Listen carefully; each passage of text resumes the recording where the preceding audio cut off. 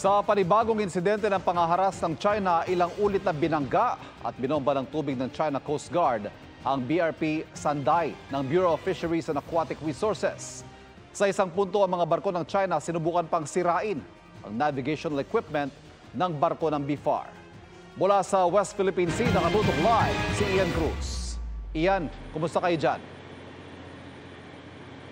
Ivan, talagang matindi yung dinanas nating harassment kanina dito sa kamay ng mga China Coast Guard vessel, pati na ng mga militia vessel nila. At Ivan, 1:46 pa lamang ng hapon nung mamataan nga natin na nagbukas na ng water cannon yung China Coast Guard vessel na yan. At pero hindi kagad yan, Ivan, na umabot at tumama dito sa kinaroroonan natin na BRP Datu Sanday. Kaya naman ang ginawa nila ay tila na inis at ginawa nilang patintero nga na halos 3 oras ay sunod-sunod na ang ginawa nilang pagbangga sa amin. Grabe. Sobrang dikit. Stop it! Grabe. What are you doing? Stop it! Yan po, yan. Tinamaan na naman po ang ating barko.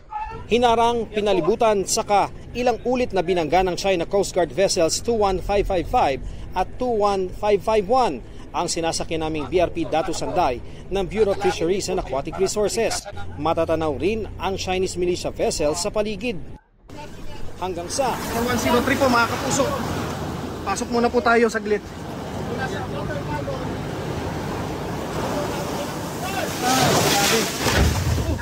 Ang sumunod naman na bumangga ang China Coast Guard 21555, 2:26 ng hapon. Tuluyan na itong binomba ng tubig ng isa pang CCG vessel ang ating barko. Nangyari yan nasa 7 nautical miles malapit sa Escoda Shoal kung nasaan ang BRP Teresa Magbanwa ng Philippine Coast Guard. Nangyari yan nasa 7 nautical miles malapit sa Escoda Shoal kung nasaan ang BRP Teresa Magbanwa ng Philippine Coast Guard. Ang dambuhalang Coast Guard ship tumama sa port side ng BRP Datu Sanday.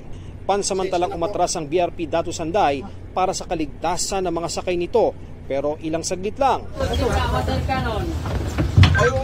Mga kapuso, kala natin tapos na. Yan po ang China Coast Guard 4102 na nagbuga rin po ng tubig dito sa kinaroroonan natin. Nag-water cannon naman ang barko ng China. Napilitan kaming pumasok sa loob ng barko. Sa puntong ito, nakapalibot na sa amin ang lahat ng barko. Nagsalit-salitan ang mga barko nila sa pagbomba. Kahit nasa loob kami ng barko, ramdam ang malakas na buga ng tubig. Kasabay ng pambobomba, ang Coast Guard Vessel 21555 humarang sa aming harapan at nahagip naman ang nguso ng aming barko. Sisirain yung mga gamit natin. Ang lakas. Kawasak ang microphone. Punta ka muna sa baba na. Sa baba ka na. Ayusin mo na yan. Focus na dyan. May water cannon dito sa kabilang sir. Gina-water cannon tayo dito sa kaliwa. Tapos may humaharang naman. Ayun, bumangga na naman. 5. Ika-5 bangga na po yan. Ang China Coast Guard. Yan po. Malakas na naman po ang water cannon.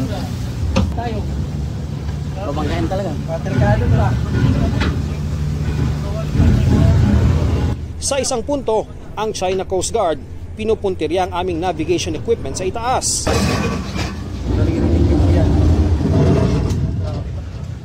Pinauulanan talaga tayo ng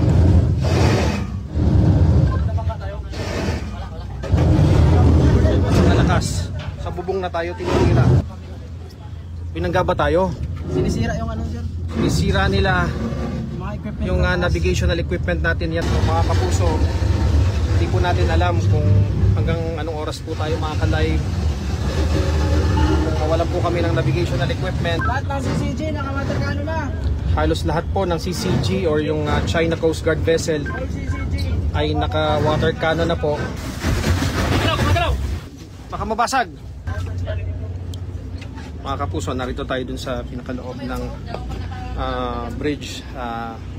Dito tayo pansamantalang nagkubli dahil nga halos lahat na po ng mga China Coast Guard vessel ay naka water cannon. At yung iba naman ay talagang dumidikit ng todo sa atin at yun nga, kani-kanina lamang ay nabangga na naman muli tayo. Sa bilang ko ay hindi bababa sa 5. Maaari po kapag nawala po yung aming live na ito, maaaring nawala na po yung navigational aids po namin dito. Sinabi ng China Coast Guard, nagsasagawa sila ng anti control measures matapos na illegal daw na pasukin ng barko ng Pilipinas ang Escoda Shoal na tinatawag ng China na Xianbin Reef. Sinabi rin ng China na may sinagip daw silang Pilipino na nahulog sa dagat. Sabay babala sa Pilipinas na itigil ang anti infringement natin, pero pinabulaanan nito ng BFAR.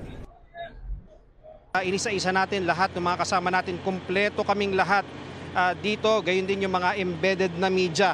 Sa mga sandaling ito, Ivan, nakikita nyo naman ni Pia na kami ay naglalayag na dito sa West Philippine Sea. Nasa isang safe na lokasyon na kami.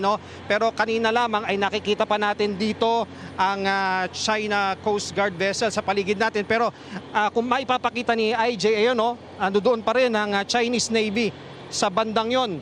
Talagang nakamasid pa rin sila sa mga sandaling ito dito sa amin.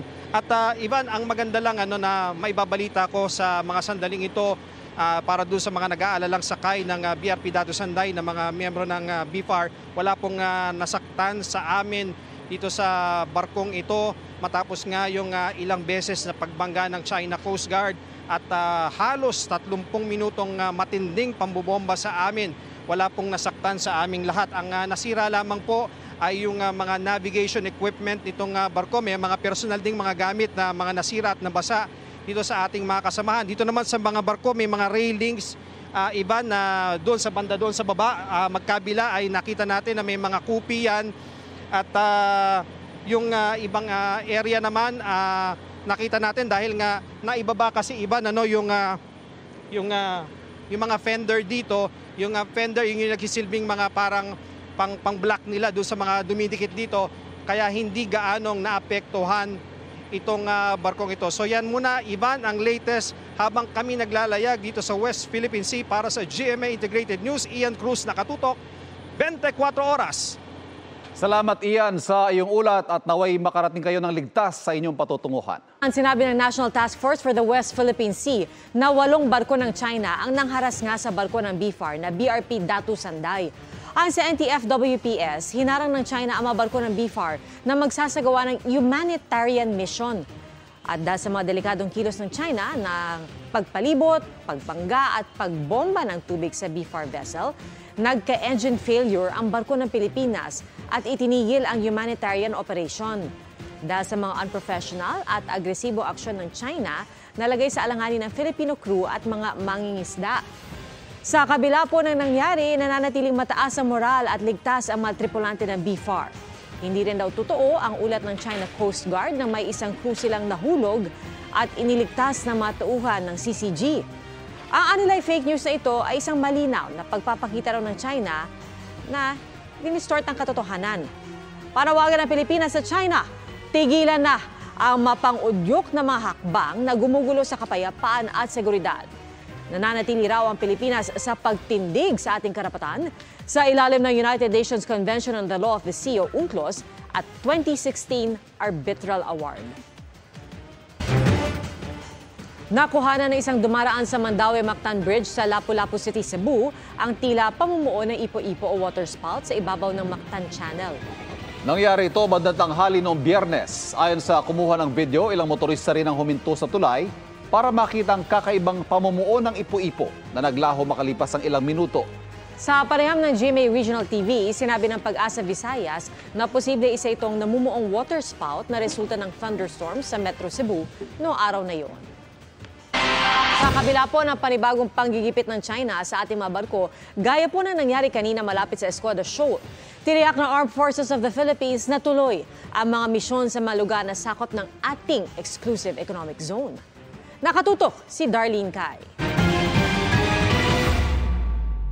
Sa kabila ng pagpapakawala ng flares ng Air Force ng China's Maritime Domain Awareness Patrol ng Bureau of Fisheries and Aquatic Resources o BFAR at Philippine Coast Guard sa Baho de Masinloc sa Zambales, pati paglabas ng flares ng China sa Air Patrol ng BFAR sa Subi Reef o Zamora Reef, Ang Armed Forces of the Philippines o AFP, tiniyak na tuloy ang mga misyon sa mga lugar na sakop ng ating exclusive economic zone.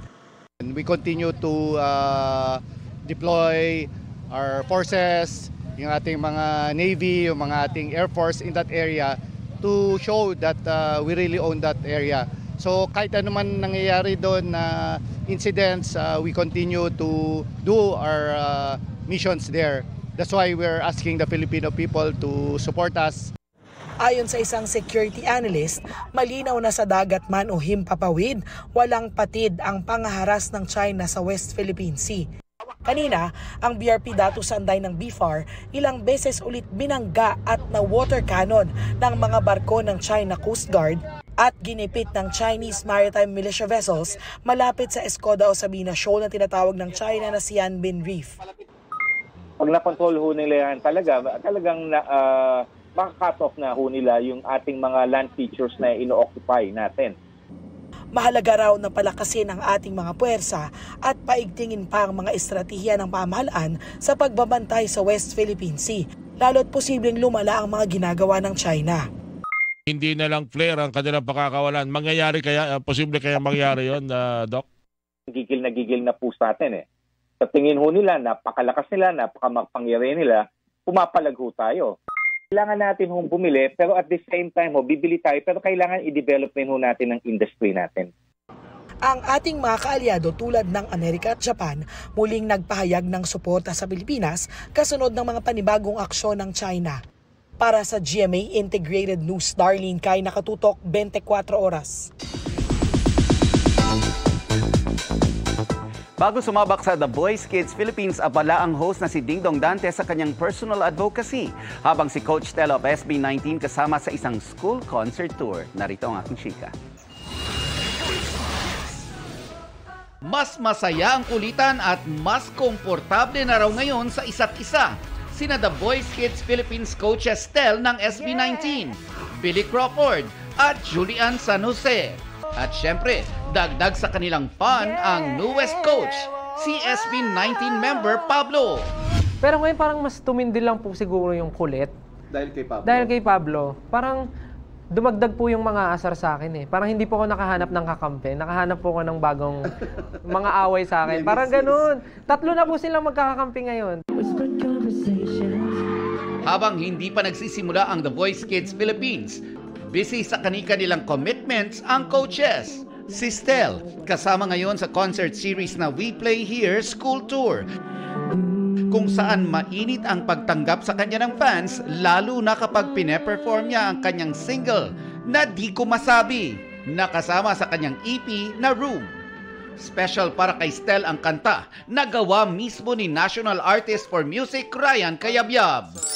Si Kapuso Primetime King Dingdong Dantes na host ng The Voice Kids Philippines, patuloy ang pagpupush ng kanyang personal advocacies, kabilang na ang disaster preparedness and volunteerism. Yeah, alam mo talagang tuwing may nangyayari sa atin, obviously talagang marami nangangailangan. Pero alam din natin na marami ring willing ang tumulong. Ang tanong ay hindi lang nila alam kung papaano. Kaya bumuo siya at kanyang partners ng app para mas marami raw ang matulungan sa oras ng pangangailangan. Mga kapuso, maging updated sa showbiz happenings anumang oras. Mag-subscribe sa GMA Integrated News sa YouTube. At para sa mga kapuso abroad, bisitahin ang GMA Pinoy TV at www.gmanews.tv.